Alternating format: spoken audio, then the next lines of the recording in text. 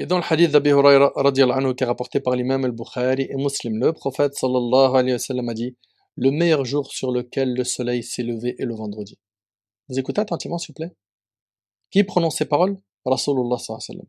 Il nous dit: le meilleur jour sur lequel le soleil s'est levé est le vendredi. Et le prophète sallallahu alayhi wa sallam il dit: en ce jour, il y a une heure pendant laquelle si un musulman se trouve en prière, vous écoutez attentivement ce passage-là, il est écrit: il se trouve en prière et demande quelque chose à Allah, il lui accordera certainement sa demande. Et s'il cherche la protection contre un mal, Allah le protégera de celui-ci. Alors, vous le savez que ce moment-là, c'est ce qu'on retrouvera dans d'autres hadiths après Salat al-Asr. Après Salat al-Asr, la dernière heure, il est recommandé de faire des invocations, car à ce moment-là, le dua est exaucé.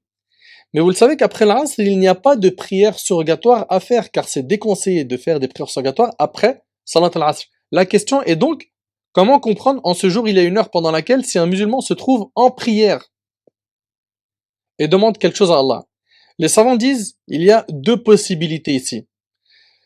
Soit il s'agit de intidharu salat, soit il s'agit du fait d'attendre la prochaine prière. Et comme vous le savez, quand on attend une prière, le prophète nous a enseigné qu'on est en prière.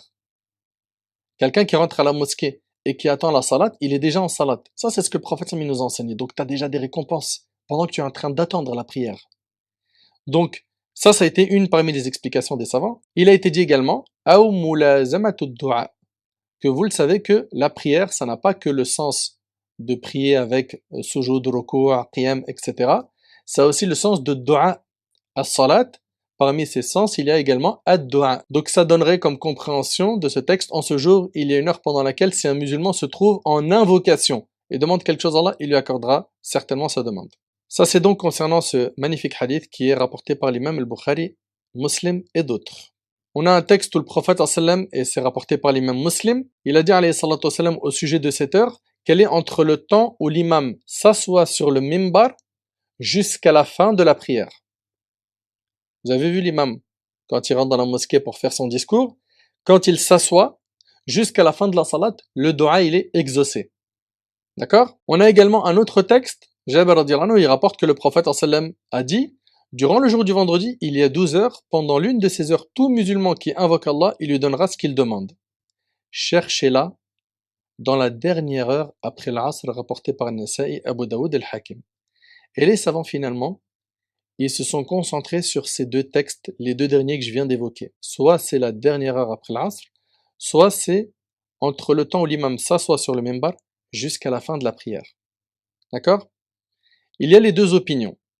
Pour ce qui est de, c'est du moment où l'imam il s'assoit sur le mimbar jusqu'à ce qu'il prie, c'est l'opinion de qui? C'est l'opinion de l'imam al-Bayhaqi, c'est l'opinion de l'imam al-Qurtubi, d'Ibn al-Arabi, de l'imam al-Nawawi, de Suyuti. Pour ce qui est de la dernière heure après l'Asr, c'est l'opinion de l'imam Ahmad, de Ishaq, d'Ibn Abd al-Barr, d'Ibn al-Qayyim et d'un grand groupe de Hanafites.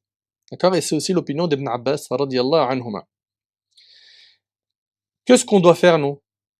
C'est quand exactement? Comment on tranche? Ben, c'est très simple. والذي ينبغي هو الاجتهاد في الدعاء في الوقتين. Ce qui nous sera demandé, c'est de faire des efforts et d'invoquer Allah pendant ces deux moments.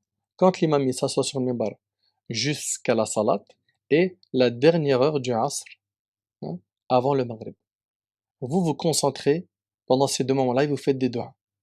Et vous espérez qu'Allah subhanahu wa ta'ala exauce vos invocations. Une question que beaucoup d'entre vous pourraient se poser, mais quand l'imam s'assoit le jour du vendredi sur le mimbar, nous on n'a plus le droit de parler. À quel moment on fait les du'as exactement?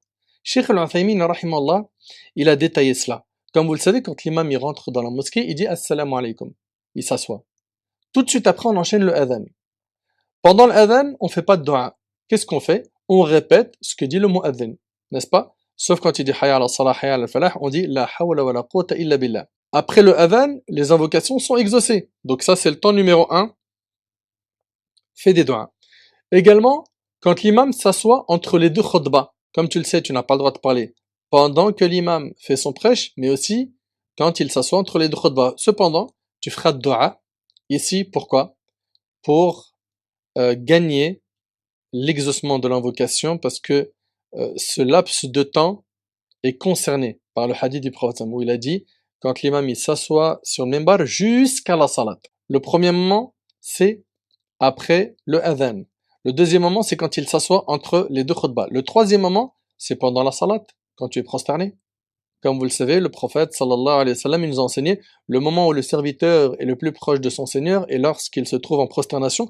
Multipliez donc les invocations à ce moment-là rapportées par Muslim selon Abu Huraira. Et le dernier moment, c'est avant le salut final. Tu as terminé ta tashahhud, comme tu le sais, ce moment-là également, il est bon de faire des invocations. Voilà donc le détail des moments où tu peux faire dua quand l'imam il s'assoit sur le minbar jusqu'à la salat.